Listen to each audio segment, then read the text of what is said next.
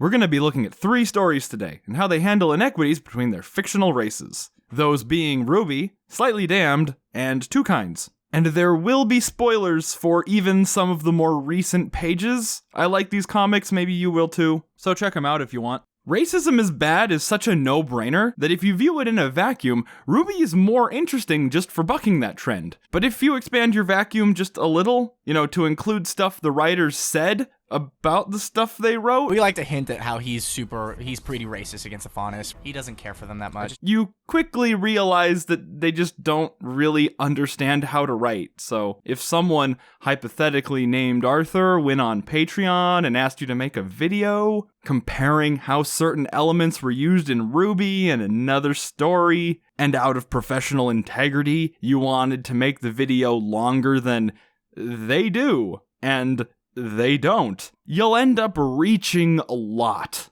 despite some actually pretty heavy similarities. Twokinds and RWBY both have race wars being perpetrated by shady bad guys and some mystical forces. But in Twokinds, that whole story thread has been dangling for a solid 12 years. But at least the characters are directly involved in the cause and effects of it. The main character Trace is the one who set the whole conflict into motion, but then forces beyond our comprehension erased all of his memories, turning him into a good guy who is staunchly opposed to all this wickedness. As if to say that hatred is a learned behavior, not an inherent one. And more often than not, the most paranoid and hateful characters are under the control of dark magic and or grief. And some of the bad guys who are even propping up these anti-Kydron decrees are trying to walk them back now, even if there are very clearly ulterior motives. And now's as good a time as any to mention that all 3 of these stories are still ongoing, so it's impossible to say for sure what's up.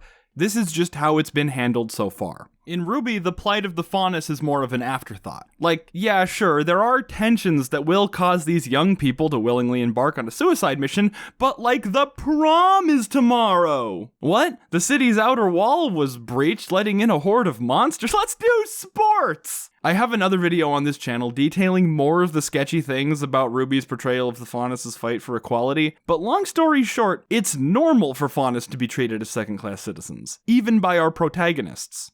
In Slightly Danmed, the racism has a lot to do with a war that the people of Medius thought had been over for 300 years. And even the main character thinks it's going to be a lot worse than it is. The main angel and demon characters are both outliers in their own races. And so is the main Jakai character because she got kicked out of her village for being agnostic, which turned out to be a sin. Shows her, I guess. But the cultural pushback is mostly introspective. Kiri hates that having her name means being a warrior is essentially a foregone conclusion for her. And Boaru never understood what being a demon was supposed to mean in the first place because of forces beyond his control. But the moral disparity between RWBY and the other stories is the weirdest part. The character who's most heavily involved in the conflict, Blake, one of the main characters, is on the side of the oppressive party. Blake publicly rallies support when humans are in danger. Please, join the fight and help us save Haven Academy. She stops fighting for her people's rights and pretends to be human so that other people will leave her alone. Have any among you been subjugated or discriminated because of your Faunus heritage? And only changes when she's going to an island populated entirely by Faunus. The character from Twokinds who pretends to be human is a self-interested, morally dubious creep who would have let his cousin be executed without a second thought. And in Slightly Danmed, the demon character dresses up as a pimp to hide his race, and that ends up causing more problems than just walking around as a demon did. And that's not to say that people in Slightly Danmed are okay with demons walking around for the most part. Whenever people see a demon, their initial reaction is fear, and then they usually convince themselves that it's just a guy dressed as a demon. But that's at least partially due to the rarity of these two races. Even in the biggest city in the land, there are hardly any demons in the open at all. And the people of Medius, not just the humans, but all of the races, at least attempt to judge demons on a case-by-case basis. In RWBY, the main characters don't do anything about the prejudice they see, even when they have the opportunity. Like this bartender who hangs the no Faunus sign outside of his bar. Wait, what? You're telling me this guy has a negative impression of a human? You tell that jerk that he better not show his ugly face in here until he pays me the lien he owes me. Better literally give him money. Or this guy at the noodle hut who gives her the eye, sort of like he knows what's going on and is okay with it, but then he takes away her food instead of the girl who doesn't have any money. It's sort of sketchy, but at least it sticks with you because it's punctuated with funny animation as if it's the punchline to a joke, which is a neat technique when you consider its ability to slip past our filters of common decency. RWBY does this more than once. Remember when Velvet's being harassed and everyone just sits there, including Blake? He's not the only one. And Ozpin, if the commentary is to be believed. Very little gets past him. Yeah. And stuff that does, sometimes maybe he chooses to let it get past him, air quotes. Of course you do, because it's tied into the context of the We'll break his legs! joke, which is if Cardin picks on a human, he'd better watch out. You know, I really will break his legs. But if he picks on a faunus, well, sucks for them. It must be hard to be a faunus. Remembering the punchline almost tricks your brain into thinking about the context more. Hey, a no good stowaway would have been caught. I'm a great stowaway. Making it hit you harder when you realize that you were just chuckling at that. The ways in which the prejudice cross over with the main story revolves around Blake's personal grudge against her ex-boyfriend. He was spite. Not hatred, not rage, spite. After he's out of the picture, it's almost like the White Fang gets swept under the rug. He won't have their help after this. He'll have no one at all. And the White Fang will be left divided. But don't they still want equality? Not if I have anything to say about it, says someone who, up to this point, we were supposed to believe was a good guy. And that's where it hangs. Whereas the Faunus, who are the bad guys in this story, remember, are willing to work with a human in order to take down the government that's allowing them to be treated as second-class citizens. You and I all have a common enemy. The ones in control. Their movement is more important than their own racism. What's a human doing here? And their own safety. The humans, the huntsmen, whose job it is to protect the helpless, Individuals who have sworn to protect those who cannot protect themselves. don't care. They just don't, despite it being the job they signed up for. So RWBY leaves me torn between the things these characters say I never wanted this! I wanted equality! and their actual actions. And the worst part was, it was working.